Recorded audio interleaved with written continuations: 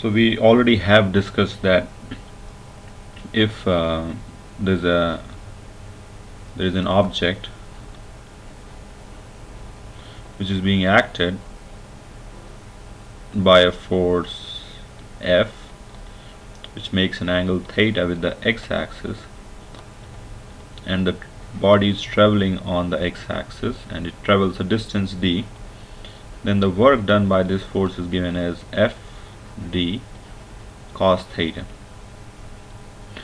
Now the reason we explained this was because we said that if you apply a force on this body which has some mass m, then it gains an acceleration, and because of this acceleration the velocity increases, and as the velocity increases, that means the energy of the part of this block is increasing, and so which means that we are doing some work on it. So when we do some work on a system, the energy of the system increases.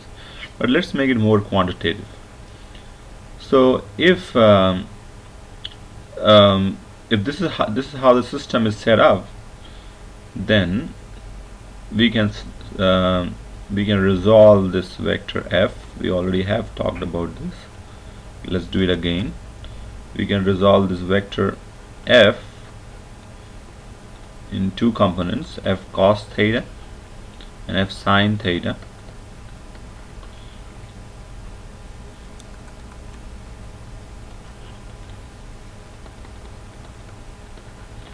And this is the direction of the x-axis, and it's the f cos theta component that causes the acceleration. So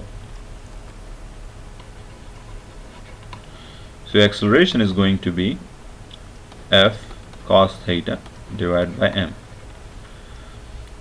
Okay, so if this is the acceleration and the object traveled for distance d, you can recall one of the equation of kinematics that said Vf square equals Vi squared plus 2a xf minus xi. What is Vf?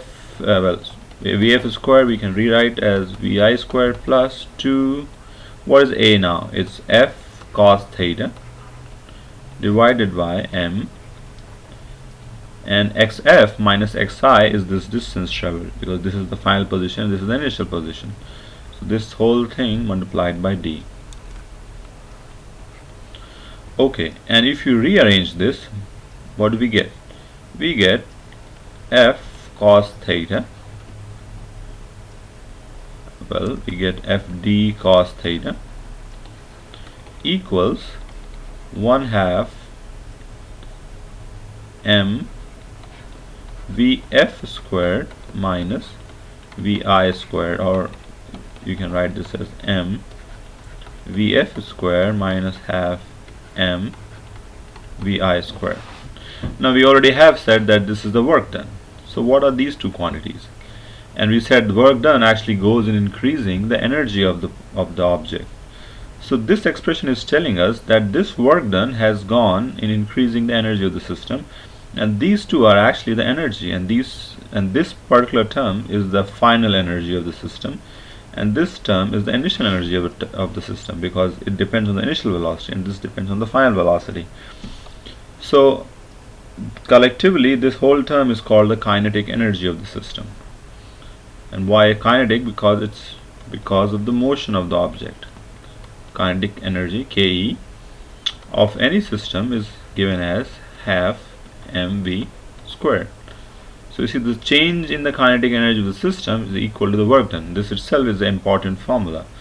So you can say delta Ke, the change in the kinetic energy of the system, is work done. That's an important formula. Well, both of them are important. Alright.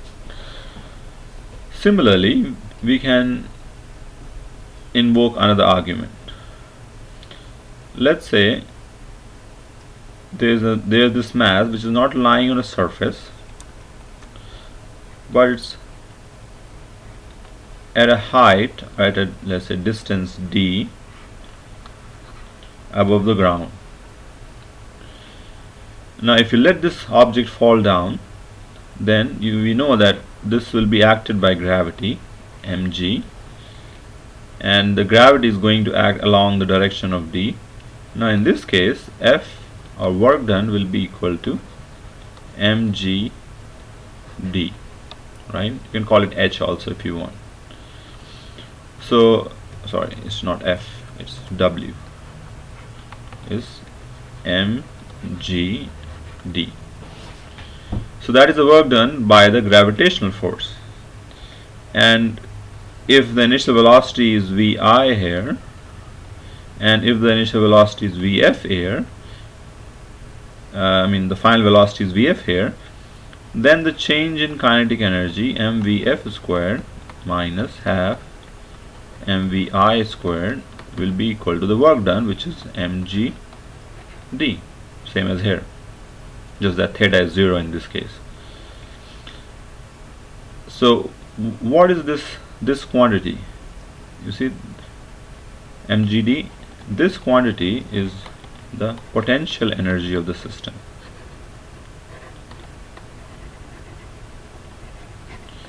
Why is it potential energy? Because this guy who's sitting right here has the potential to increase the kinetic energy of the system, or to do some work on the system.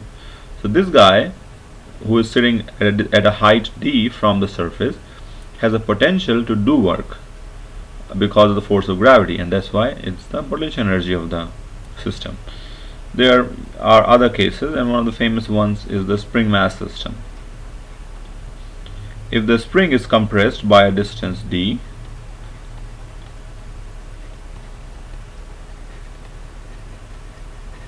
then work done is F times d. Now the property of the spring is that it depends on the position of the, I'm just writing it in a casual way, just to arrive to the right formula.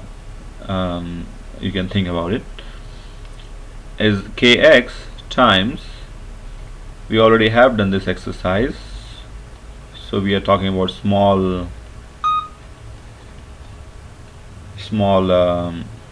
distances, and the whole work, if you integrate, gives you half kx squared. So this is the potential energy